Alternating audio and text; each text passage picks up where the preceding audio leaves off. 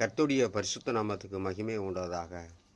எனக்கு அருமையான தேவ பிள்ளைகளே, இந்த நாளில் அநேகர் இடத்துல சுவிசேஷம் நீங்கள் அறிவிக்கிறீர்கள்.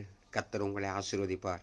ஆனால் அதே டயத்தில் ஆண்டவராகிய இயேசு கிறிஸ்து அவர் ஊழியம் செய்கிற நமக்கு என்ன ஆலோசனை கொடுத்துருக்கிறார் அப்படிங்கிறத நீங்கள் நன்றாக நீங்கள் கவனிக்க வேண்டும். அரசுக்காரங்க பிரச்சனை பண்ணுகிற இடத்துல நம்ம அந்த இடத்துல இருக்கணுங்க நம்ம அவசியம் இல்லை. இன்றைக்கி சுவிசேஷம் அறிவிக்க நமக்கு ஒரு சாதகமான அரசாங்கம் இருக்குது என்பதற்காக நம்ம போலீஸுக்காரர்களை ரொம்ப தரக்குறைவாக பேசிடக்கூடாது. நாங்கள் அப்படி தான் செய்வோம், நீங்கள் வந்து பாரு. அந்த இடத்துல சுவிசேஷம் அறிவிக்க தடை இருந்துச்சுன்னா, இன்றைக்கி தடை இருந்துச்சுன்னா தயவுசெய்து அந்த இடத்த விட்டு கடந்து போயிருங்க. கர்த்தர் அதே இடத்துல சுவிசேஷம் அறிவிக்க தேவன் மற்றொரு வாய்ப்புகளை கர்த்தர் நமக்கு கொடுத்துருப்பார். நாம் அவங்களோட கூட வாக்குவாதம் பண்ணிக்கிட்டு நம்ம பெரிய சாதிச்சிட்டோம் அப்படிங்கிறலாம் தயவு செய்து வேணாம். அமைதியான முறையில் சுவிசேஷம் அறிவிப்போம். சுவிசேஷம் அறிவிக்க ஏகப்பட்ட இடங்கள் இருக்குது. நம்ம தடையே இல்லாத இடத்துல முதல்ல அந்த இடத்துல சுவிசேஷம் நீங்கள் அறிவிங்க. தடை இருக்கிற இடத்துல எதுக்காக இப்போதைக்கு நம்ம எதுக்கு அறிவிக்க வேண்டும்?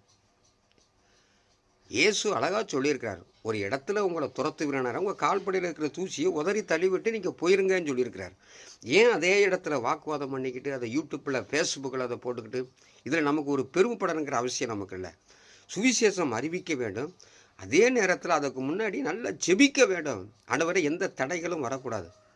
நினச்ச உடனே ஒரு பஸ்ஸில் இறங்கிட்டு ஒரு பஸ் ஸ்டாண்டில் இறங்கி சுவிசேஷம் சொல்லிவிட்டு திருப்பி பிரச்சனை பண்ணிக்கிட்டு கர்த்தர் நமக்கு முன்னாடி போய் கோணலானவைகளை நம்ம செவ்வையாக்கணும்னு சொன்னால் நல்லா ஜெபிச்சு, ஆண்டவரே இந்த இடத்துல சுவிசேஷம் அறிவிக்க உங்களுக்கு சித்தமா, பிரச்சனை வருமா, எதுவும் தடை எதுவும் வருமானு சொல்லி ஆவியானவர் சொன்ன பிறகு நீங்கள் அந்த இடத்துக்கு கடந்து போக வேண்டும்.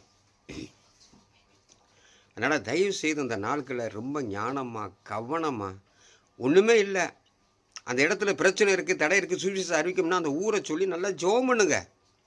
அந்த ஊரில் அடையாளங்களும் அற்புதங்களும் நடக்க கர்த்தர் ஒரு கிருபை செய்வார். அந்த மனுஷனை ஒரு அற்புதங்கள் செய்வார். செய்யும்போது அந்த மனுஷன் மூலமாக அந்த ஊரவே கர்த்தர் ரட்சித்திருவார். அதனால் தயவு செய்து ரொம்ப அரசாங்கம் பண்ண வேண்டாம், அடிதடி பண்ண வேண்டாம், அவ்வளோ பூரா நம்ம வார்த்தைகளை பேச வேண்டாம். அமைதியான முறையில் இயேசுவை நம்ம அறிவிப்போம். கர்த்தர் நமக்கு சாதகமான சூழ்நிலைகளை உண்டாக்குவார். கர்த்தர் உங்களை ஆசீர்வதிப்பாராக. ஆமென்.